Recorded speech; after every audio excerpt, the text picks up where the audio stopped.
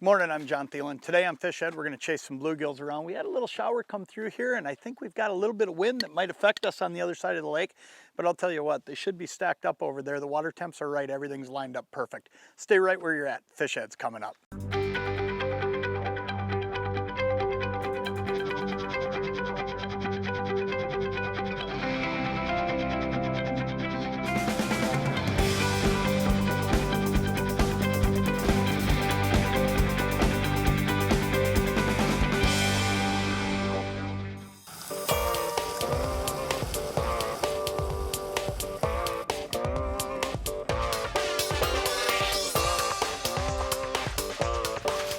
One of my favorite times of the year right here. Everything's happening. Everything's biting now. We're going to chase some bluegills today. And they should be biting in here.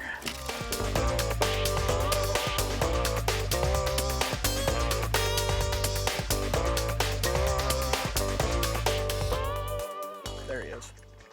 Ooh, that one feels like a pretty good one. Let's see. Look at that. What a great way to start a day. Look at that fish. We're out here today chasing panfish, spring panfish. And these fish right now, fish like that one, man, how pretty is that fish? I just love the colors that you get on these fish, especially at this time of the year. These fish, number one, they're aggressive, and number two, they're just beautiful. And what's going on is they're up in here to spawn. But what's happening is they're running around making their beds now, and we're up in here in water that is easy to fish. I mean, you can spot a lot of these beds. Now, I'm not fishing the beds. What I'm doing is I'm fishing just off them in the cover. Now, this cover right now so happens to be these weeds, but fish like that are running all over in here. You don't want to bother those big ones that are sitting on the beds, because when you bother them, you can start depleting a lake's population of big fish. But I'll tell you what, fish like that one, they taste great, they're fun to catch, and they're easy to catch at this time of the year. I'm going to throw that one in the live well, and we're going to get us another one.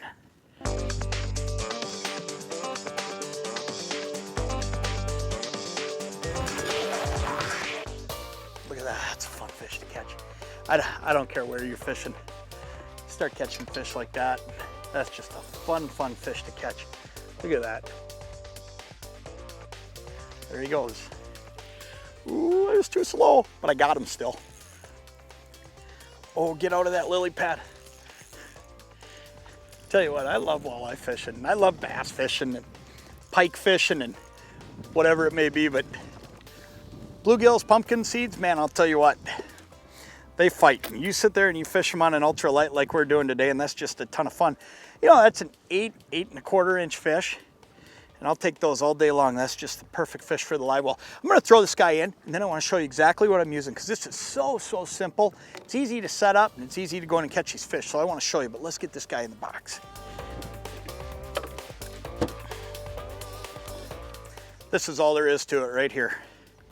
It's really simple. This is probably one of my favorite panfish jigs of all time. This is a Lindy little nipper, and I'll tell you what, this thing just flat out catches fish.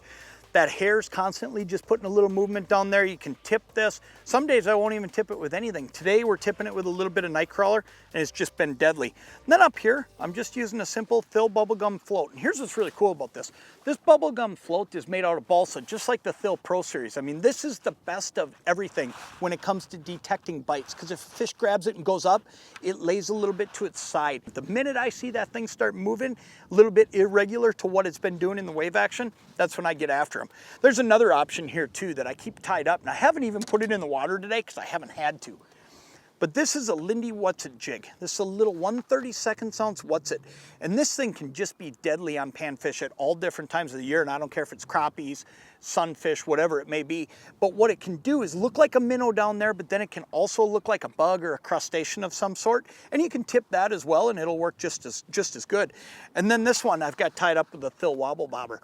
And this wobble bobber is going to do all the same things we were just talking about with that bubblegum float, all except for the fact that this is a slip float. So what I'm going to do is if I slide out into that 5 feet of water today, I'm not going to want to use that spring float. What I'm going to do then is I'm going to go to this one. I'm going to use this slip float. It's got a brass grommet in both ends. It's made out of the same balsa, and it even tells you right on the side exactly how much weight it'll hold up. This is just a deadly combination. I don't care which one you're using. You get on fish like this, and you're going to be able to catch them all day long.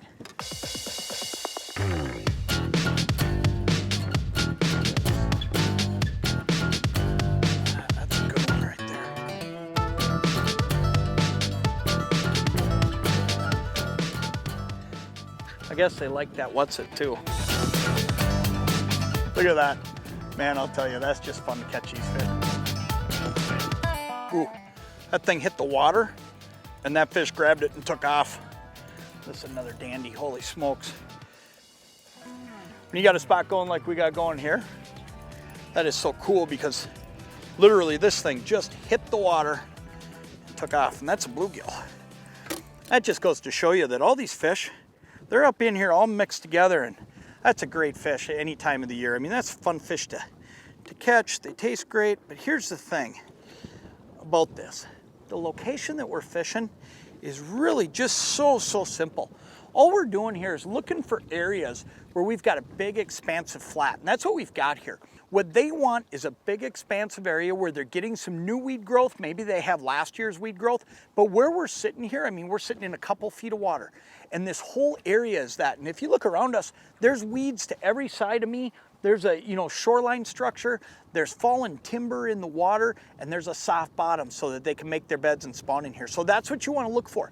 Look for these big expansive flats, and remember this, water temp out there in the main lake is going to be different than it is in here. So if you're checking a lake, go to the area where the fish should be before you say, nope, it's too cold, because the water temp out there in 30, 40 feet of water is totally different than it is up here in 1 or 2 feet of water. So check that. Combine that 68 degrees, 65 to 70, somewhere in there.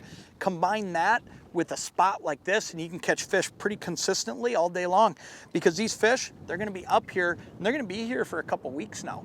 They're the last ones to the dance. They're in here to do their spawn, and once they get up in here, it's easy pickings. You can just pick away at them, catch them one after another, and just look for all this different type of vegetation, and they'll be in it.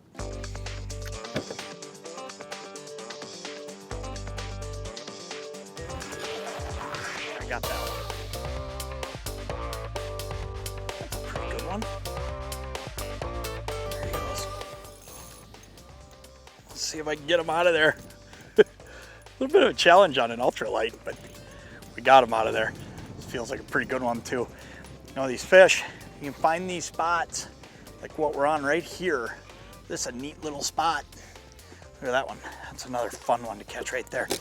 Man, the colors are just so pretty on these fish, especially at this time of year. Man, that's just an awesome fish. This is a great opportunity. You can get out and you can do this in the spring, and you can catch fish. You can get kids on fish. You can put together a great fish fry. And these fish are just an absolute ball to catch. Bluegills, hybrids, pumpkin seeds, they all taste great at this time of the year. Get out and give this a shot. It's a whole ton of fun. And you got a whole summer for walleye fishing. Get after this while it's hot in the spring. That's awesome right there.